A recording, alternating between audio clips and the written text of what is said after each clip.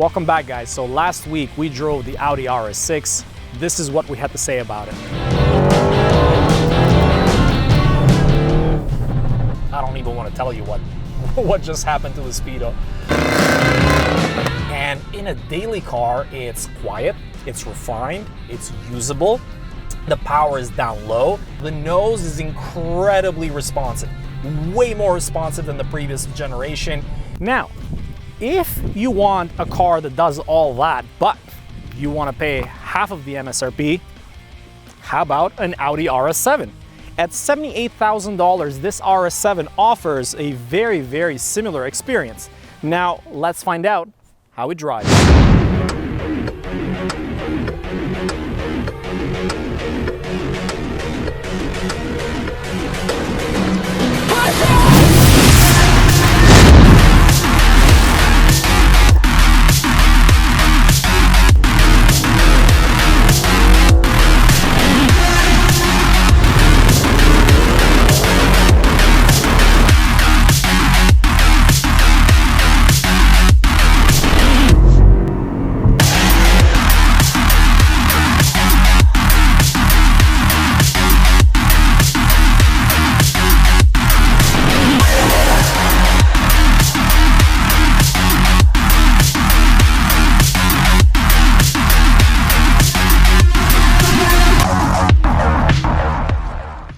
You guys aren't ready for this.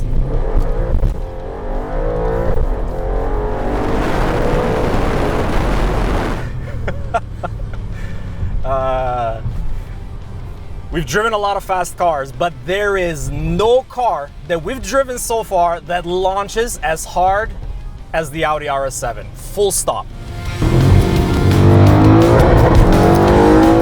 So, the Audi RS7. Before we compare them, let's just talk about it a little bit, all right? Because it needs a little bit of discovering. I know this is not a new car, so some of you that are watching might have seen it and might know a lot about it, but let's recap. The engine, 4-liter twin-turbo V8, massive low-end power. I mean massive. The peak torque in this car is at 1800 RPM. All 700 wheel torque just shoves you from 0 all the way till about 200. This car starts to slow down maybe at about 220, but until then you're just pinned in your seat, and there are very few cars that do that.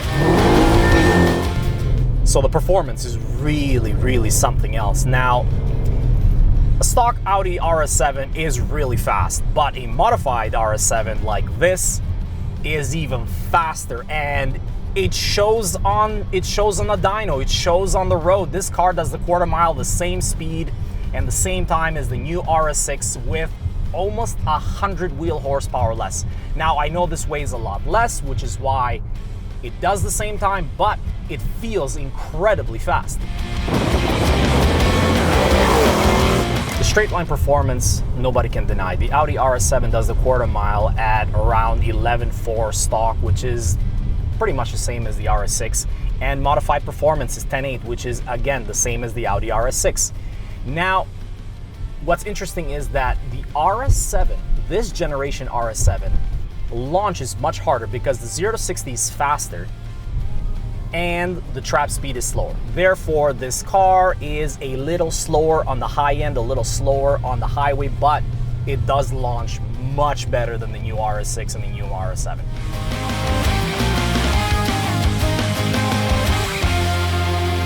In terms of handling, this car has much better body control. It has much better feel in terms of what the suspension is doing. I have really good understanding what the car is doing in the middle of the corner, at the entry and at the exit, and that's because the car communicates with me. The Audi RS6 and the new RS7 feel a little synthetic, feel a little bit like a video game, and it doesn't mean that they don't handle better than this car, they just give me less information, even though the nose is more responsive. This car has a little bit of a more linear feel through the corners, but it doesn't rotate as well. It doesn't push as hard in the corner as the new cars do. And I mean, it's a little older, but I really do enjoy the communication it gives me. when it comes to braking performance, this car is lacking. It has very weak brakes if you don't have the carbon ceramic brakes. If you have the carbon ceramic brakes, well, there's zero complaints. It just stops on a dime and it's incredible. The only problem with that is that you need to have the performance package in order for that feature to be as a standard. In the normal car, I don't think anybody really spec'd the normal RS7 with the carbon ceramics. If they did, they are very rare and I haven't been able to find one. With that being said though, the performance of the RS7 is just, there's zero complaints. It takes your breath away on the low speeds. This car just pushes your guts away. And then when you stop accelerating, everything just comes back. I don't know how to explain it, but the RS6 didn't give me the same feeling. It doesn't give me the same emotion. It lacks a little bit of car feel. The RS6 just doesn't have the same emotion as this previous generation RS7 does. And when you drive this every day, you feel that sense of rawness this car gives you. And it's a beautiful thing. It's simply a beautiful thing. Now inside here, there hasn't been a big update since 2013 in this car, and it started to show its age a little bit. The materials are really premium and they feel very expensive to the touch. This is a 2017 model and it has aged beautifully. I mean, only 40,000 kilometers on this car, so it's really not all that old, but it feels really, really new in here. The carbon fiber has aged really well. The dash, I really love the digital dash with the integrated map in the middle. Now, some people love just everything digital. I actually kind of like the RPM and the speedo being analog. It gives me that old school feel, but it still feels really modern to look at. It's very, very relevant to most cars today. It just feels like a nice, expensive watch. So let's stop for a moment and let's talk about 5 things I dislike about the Audi RS7. Number 1, the sunroof. This is a tiny sunroof, but it's a ginormous car. So when you're inside, it feels almost irrelevant. I wished it was just like it is in the new cars with a ginormous panel up top. And at the end of the day, even if I didn't have a sunroof, it would have been nice to have a glass roof. Number 2, the exhaust noise. Now this car has a downpipe, but stock form, it doesn't really make any noise. It's very subtle. And for a car that's producing this much horsepower, it really needs to sound a little bit louder. The pops are also way too sharp, and they don't really add much to the experience. But again, once you modify it, everything changes. The back seat is very spacious, but there is a very weird rattle coming from this back panel over here, and I'm not the only one. I have friends that drive these cars and they all report the same issue, either coming from the passenger side or the driver's side. The backup camera. This is quite possibly one of the worst backup cameras I have ever seen fitted on an expensive car. Even cheap economy vehicles actually have a better camera than this car does. Last but not least, this car is full of options that contradict each other. If you want a heated steering wheel, you need to get the oval, less sporty steering wheel. If you want cooled seats or massage seats, you need to have seats that look like they're from a 2001 Dodge Neon. No offense to the Dodge Neon, but why? Why can't I have seats that look this good, have cooling and massage seats? Another option that is very weird is the brakes. Now, these are not small brakes, but they're not the greatest.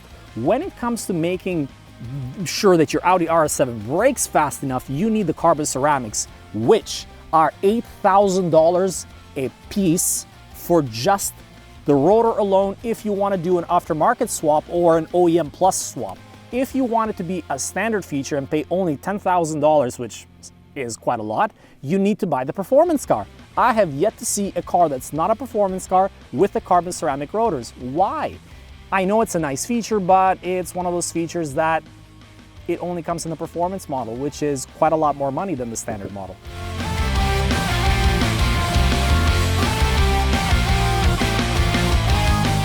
Let's start comparing it to the RS6. Well, we already talked about the handling and the feel, how the RS6 has a more responsive nose and this car has a little bit more of a responsive sort of body control and chassis control. But other differences are quite clearly the interior. This is a much older and a much more dated interior. The RS6 and the new RS7 have much newer interiors. But I do like that all of the buttons are very, very easy to read in this car, and they're just at a fingertip versus some of the more complicated and harder to use buttons in the new RS6 and RS7. They're hidden under menus. They do look better, but they are slightly harder to use as a first-time user. Other differences in this cars are, well, everything in this car just feels slightly more dated. Everything about this car feels slightly more dated. The driving dynamic is completely different, which is very surprising considering that the overall feel of the car is the same. The seats feel almost the same. These are a little bit more bucketed, but they don't offer the same level of easy entry. In the RS6, you sort of come in and out very easily. In this car, you keep hitting the bolster, and that's mildly annoying, but it's not annoying when you're in the corners because they keep you in your seat. Another big difference is in the way these cars sound. The RS7 has this poppy noise that sometimes can be misunderstood for nail guns. And a couple weeks ago I was driving by this construction site and some people were doing roofing, and I couldn't tell if it was their nail guns or my car's backfire. And that was just simply embarrassing. I just don't like the little wet fart noise that this car makes with the pops. It sounds really good under full throttle. It sounds amazing when you hit redline and you just lift that overrun noise at redline. It sounds incredible. But the RS6 sounds incredible all the time with the same modifications. Now this car has a downpipe, a tune to the engine, and a tune to the transmission. The RS6 was similarly modified by the exact same tuners and the exact same supplier for the downpipes. So I want to say they're very comparable. Now this car makes 640 wheel horsepower versus that car making 690 wheel horsepower. That is a little bit of a difference. The torque again was very similar between both cars, but the RS6 made a little bit more. And when you drive them back to back, the RS7 feels faster. The RS7 just feels faster, but if you look at the results on paper, it is slower, unfortunately. The 0 to 60 on this car is faster, but the RS6 just has a higher trap speed. Now, other differences that you are going to notice immediately are just the way they drive. The RS7 has a sense of response on these low-speed corners that the new cars just don't have. It feels very communicative. It feels very easy to understand what the suspension is doing. The flex of the car. I feel the lean. I feel the mid-speed corner. I can understand what the car is doing. That is all taken away with a new car, and that's unfortunate because it handles very well, and I just wish it gave me a little bit more feedback.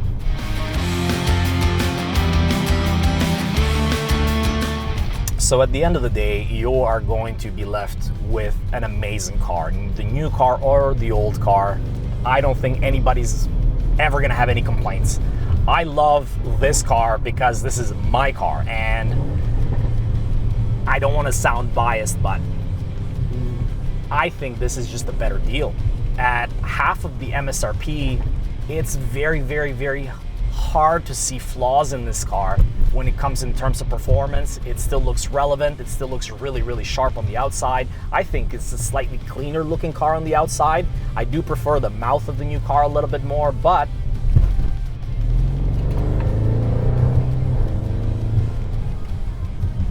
overall, in terms of look, I do like the aesthetic of this older generation slightly better. What do you guys think? Comment below. Would you choose the new Audi RS6, RS7, or would you pick up one of these for a much cheaper price? Thanks for watching, guys. Please don't forget to like and subscribe, and see you all next season.